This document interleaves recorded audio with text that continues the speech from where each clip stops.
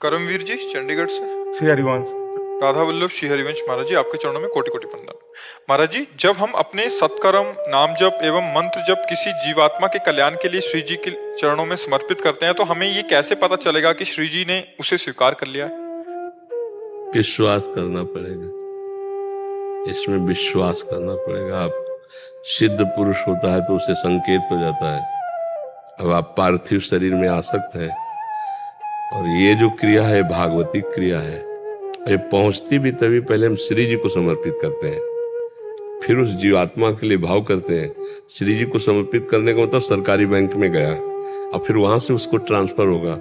यदि वो कहीं जन्म ले चुका है तो आपका भजन, आपका पुण्य उसके सुख संविधान को बनाएगा और दुख दुविधा को मिटाएगा जहां भी उसका जन्म हुआ है, पर वो आपको पता नहीं चलेगा। क्योंकि अपने लोगों की जब देहात्म भाव बुद्धि हो जाती है ना, तो विस्मरण बहुत जोर का होता है, इसमें माया विस्मृत कराती है। जैसे हम पूछे परसों शाम को आपने क्या खाया, तो अपने को बहुत सोचना पड़ेगा। मात्र परसों की बात है, सोचना पड़ेगा।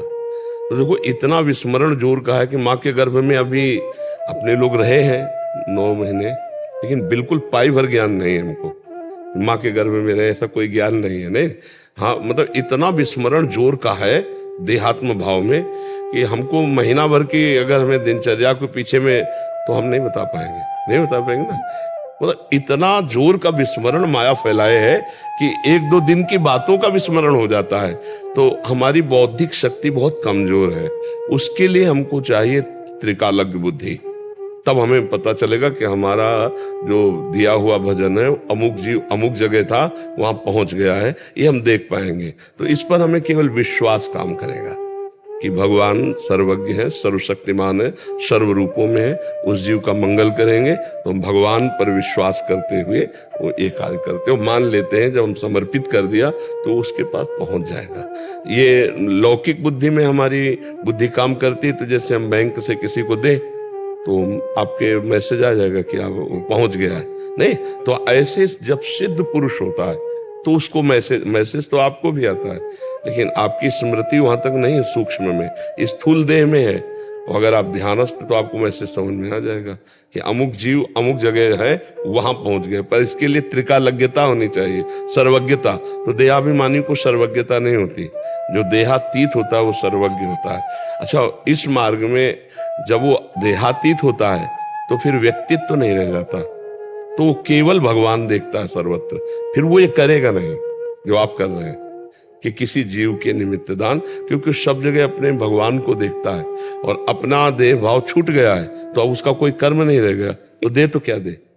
समझ रहे ला, जो उस कोटि का पहुंच गया उसका ही होता नहीं, और जिसका ही होता है तो उस कोटि का है नहीं, इसलिए उत्तर समझ में नहीं आता। मगर पहुंच जाता है, पक्का विश्वास करो, पहुंच जाता है, पक्का विश्वास करो। यहाँ का जैसे पिंडदान है, यहाँ का मंत्र जाप है, यहाँ का दान पुण्य किसी हम जीव को दें, अपने बाप बाबा पर बाबा या किसी भी अन्य को भी, तो वो पहुंच जाएगा, पक्का पहुंच जाएगा।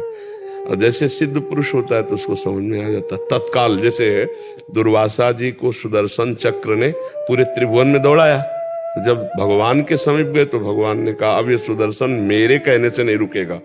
अम्बरीश जी का अपराध किया, वही जब आदेश करेंगे तब। तो अम्बरीश जी ने जानते हो क्या कहा था, मन वचन कर्म से यदि मैं भगवान का निरंतर भजन करता हूं, वो सारा भजन मैं दुर्वासा जी को देता हूं, उसके प्रभाव से सुदर्शन जी तत्काल शांत हो गए, तत्काल शांत हो गए।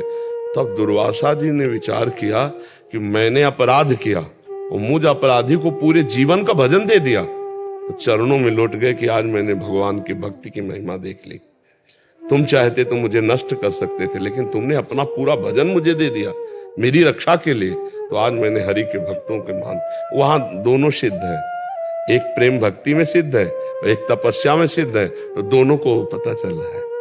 अपने लोग अभी स्थिति नहीं है, पर विश्वास करते हैं कि दूसरे के प्रति जो किया हुआ कर्म है वो उसको प्राप्त हो जाता है। सत्कर्म जो दान किया जाता है वो उसको प्राप्त हो जाता है। और यहां तक कि असत्कर्म भी, जैसे आप अपने भजन का प्रयोग किसी को मारने के लिए, तो मारण होता है ना, मारण कृत्या उत्पन्न कर देना, तो वो भी अपना प्रभाव दिखाएगी।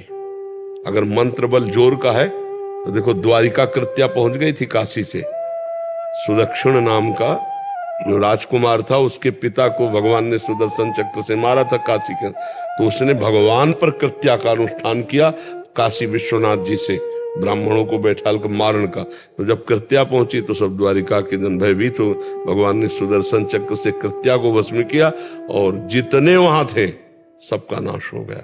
क्योंकि भगवान या भगवान के भक्त का कोई अमंगल चाहे भला कैसे, आकाश में थूकोगे तो तुम्हारे मुंह पे आएगा लटके। तो ऐसे तो जब ये अमंगल कर्म भी अपना प्रभाव दिखा देते तो मंगल में भगवान या भजन या दान या पुण्य ये क्यों अपना प्रभाव नहीं दिखाएंगे? दिखाएंगे, पक्का दिखाएंगे, पर वो आपको नहीं समझ में आएगा। जिसके प्रति दिया उसका तो मंगल हो जाएगा, पर आपको समझ में नहीं आएगा। पर एक जरूर संकेत आपको समझ में आएगा, आपका हृदय शीतल हो जाएगा। आनंद है महाराज जी। हाँ, आपका हृदय शीतल हो जाएगा और संतोष जैसा लगेगा कि बिल्कुल ऐसे ही है। ऐसा। तो ये संकेत है आनंद का कि वो काम हो रहा है, उसके प्रति जो आपने किया वो पहुंच गया, ऐसा है। अब सिद्ध हो तो फिर दिखाई देगा, पक्का दिखाई देगा, अमुक योनि में था, अमुक उत्थान हो गया, अमुक लाभ मिल गया। और करना चाहिए, इसीलिए परिवार के लोग मनाते हैं कि हमारे एक लड़का हो जाए, कम से कम एक संतान हो जाए तो पिंड दान करेगी वो हमारे, अगर हमसे नहीं बन पाया तो हमारे कल्याण के लिए उपाय करेगी। कथा है, भागवत है, दान है, पुण्य है, वो जब हम देते हैं तो उस जीवात्मा का मंगल होता है, चाहे पिता की हो, चाहे पितामह की हो, किसी की भी हो। महाराज जब पुत्र रूप में पुत्र जीवात्मा आई थी, जो जब उसका शरीर शांत होने वाला था, तो जैसे आपने विधि बता रखी है, ब्रज रज लगा के चरणामृत दे के और अपने सारे सत्कर्म उसको दे के श्री जी के चरणों में अर्पित करके इसका जीव का कल्याण हो। और महाराज जी उसके बाद फिर 6 घंटे का अखंड राधा नाम कीर्तन उस जीवात्मा के निमित्त करवाया। बहुत जैसे सुंदर। आपके हाँ, आदेश है, जैसे आपकी ये तो बहुत बड़ी बात है, बहुत सुंदर है, बहुत। तो इसमें संशय मत करो। हाँ, उसका पक्का मंगल है, पक्का मंगल होता है। तो माता पिता यही चाहते कि हमारे संतान हो, किस लिए? क्यों? हमारी कुल परंपरा को चलाए और हमारा उद्धार हो जाए। तो उद्धार करना रुपया पैसा से नहीं होता, वो होता है भजन से। जैसे हमारे पास तो कुछ तो जो पक्का पक्का मतलब कहते हैं कि अगर भगवत प्राप्त हो जाती 21 पीढ़ियां तर जाती, फिर माता पिता तो माता ही पिता है, तो पक्का। अब जैसे संतान है, बाढ़े पुत्र पिता के कर्मा, अगर पिता महान कर्म करने वाला है तो अगर पुत्र के कमजोर भी कर्म है तो भी मानता को प्राप्त हो जाएगा। क्योंकि पिता है ना, जैसे पिता अपनी संपत्ति पुत्र के नाम कर दे तो हो जाएगी, और ना करे तो सरकार के हिसाब से हो जाएगी।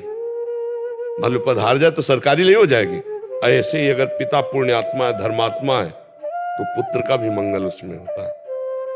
और अगर पिता अधर्माचरण करने वाला रहा और पुत्र महात्मा हो गया तो उसका कल्याण हो जाता है। जब हिरण्यकश्यप को भगवान ने, तो प्रहलाद जी ने हाथ जोड़कर कहा, प्रभु हमारा पिता आपका विरोध करता रहा, आपके कारण मैं आपका हूं, इस कारण मेरा भी बहुत, तो कहीं उसकी दुर्गति तो नहीं होगी? तो भगवान ने कहा, तुम्हारे जैसा पुत्र जिसके हो जाए उसकी दुर्गति कैसे हो सकती?